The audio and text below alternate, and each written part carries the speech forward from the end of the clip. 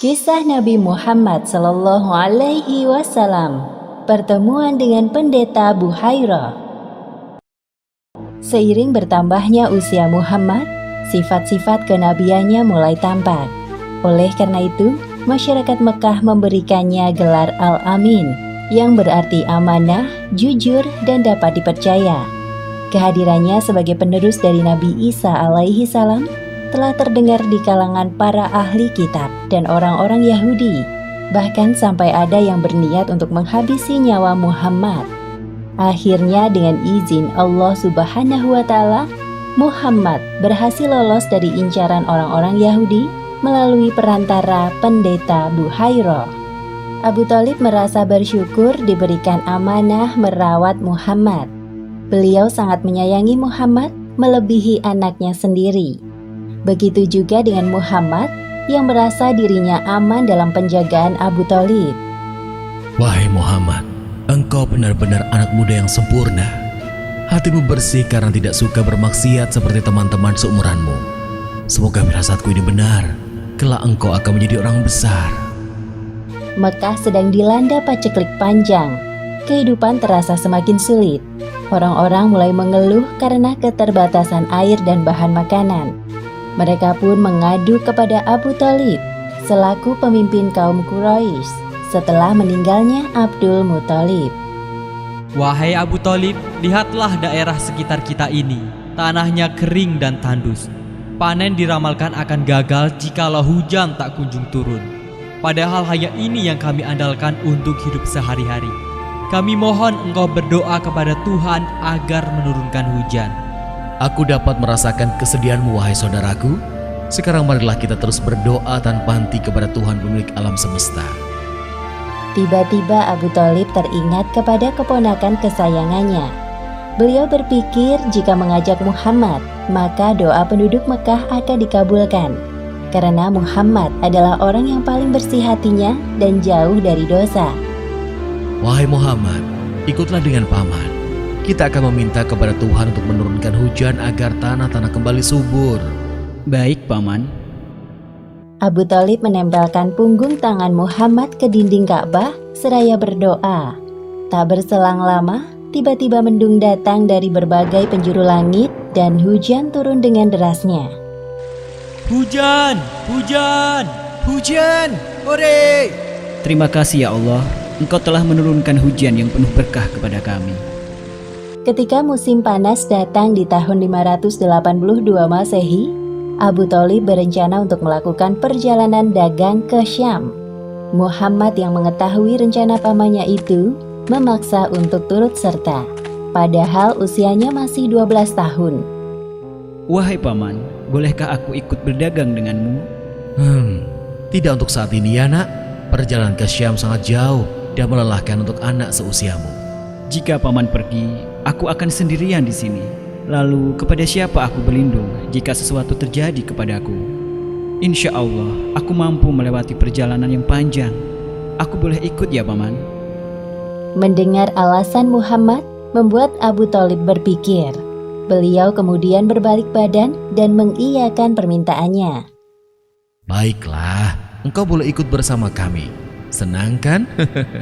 Hehehe, terima kasih Paman. Tibalah saat yang dinantikan Muhammad, yaitu perjalanan dagang pertamanya menuju Syam bersama kafilah Abu Thalib.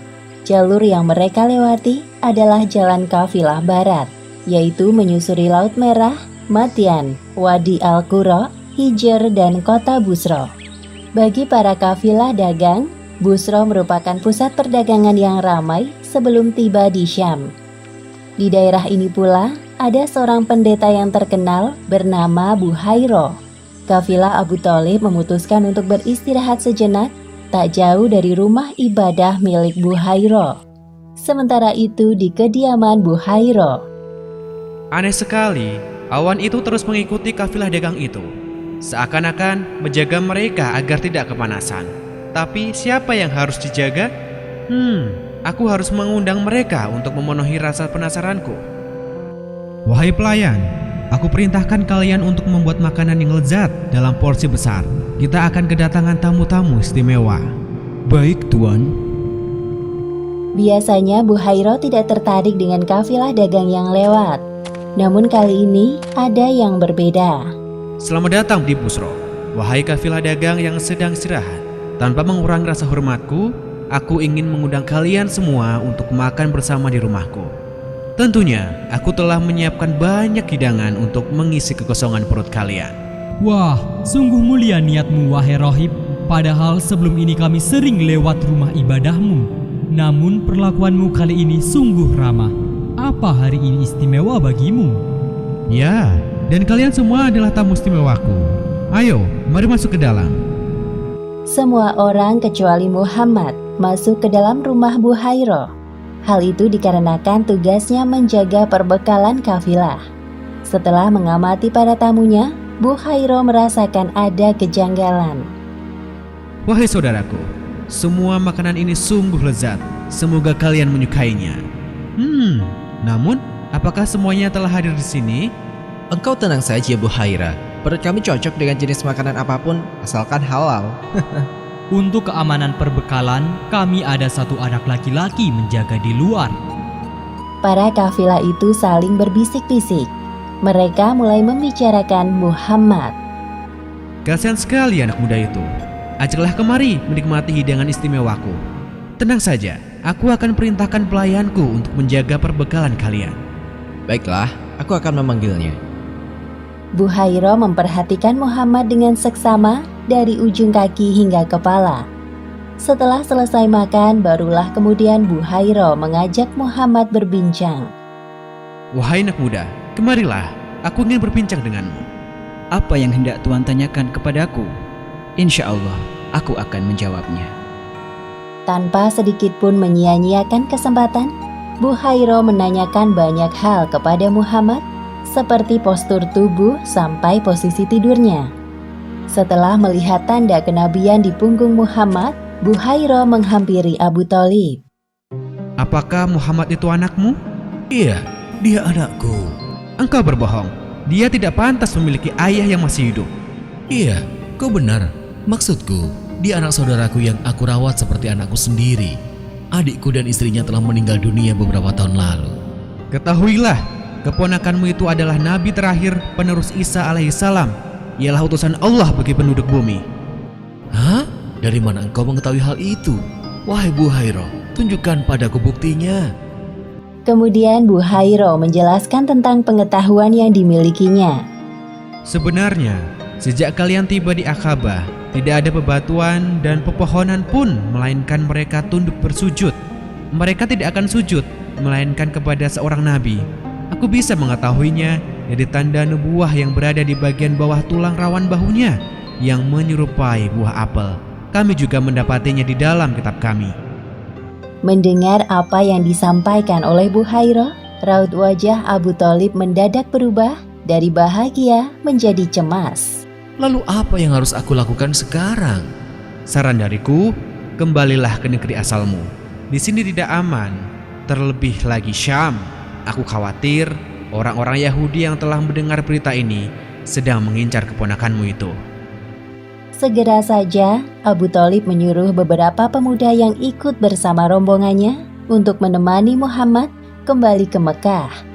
Benar saja, selang beberapa waktu setelah Muhammad pulang, datanglah 3 orang Yahudi bernama Zurair, Daris, dan Tamam.